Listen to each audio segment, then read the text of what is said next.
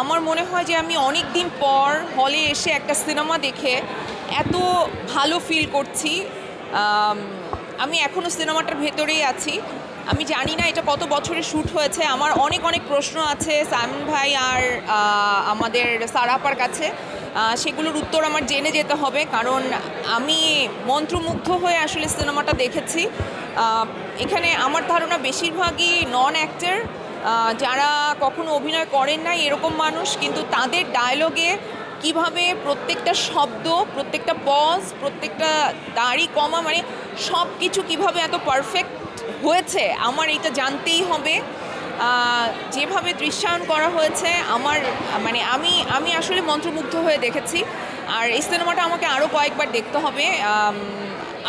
আমি আসলে বলবো যে এরকম সিনেমা বাংলাদেশের সিনেমা ইন্ডাস্ট্রির জন্য মাইলফলক হয়ে থাকবে এবং অসম্ভব ভালো একটা কাজ। আমি আশা করব যে এটা যত দ্রুত সম্ভব রিলিজ হোক এবং মানুষ আসলে এই সিনেমাটা দেখুক। এই যে জুলাই গণ অভ্যুত্থানটা হলো, ওই মানে কারণটা বেরিয়ে আসছে, মানে ওই পরিস্থিতি ছিল বলেই তরুণদের মধ্যে এমন একটা আকুতি তৈরি হয়েছিল যে তারা একটা পরিবর্তন চেয়েছে, এবং ওর মধ্যে যেন কারণগুলো সৃষ্টি হচ্ছিল।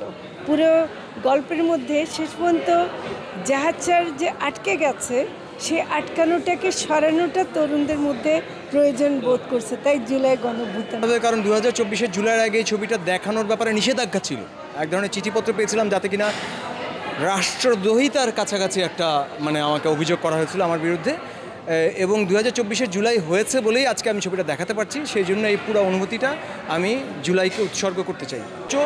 একটা সমাজ এবং একটা রাষ্ট্র ব্যবস্থা যখন তার নাগরিককে সম্মান দিতে জানে না, তার নাগরিককে তার প্রকাশের স্বাধীনতা দিতে পারে না, তখন স্বাভাবিকভাবেই সেই রাষ্ট্র ব্যবস্থা ধসে পড়ে। সেটা ছবিতে এক ধরনের রূপক প্রতীকী অর্থে ছবিতে এসছে, এবং সেই প্রতীকী ব্যবস্থাটা তখনকার রাষ্ট্র ব্যবস্থায় যে রাজনৈতিক দল ছিল তারা হয়তো ব্যাপারটা পছন্দ করেনি, হয়তো সেই জন্য তারা এটা থামায়।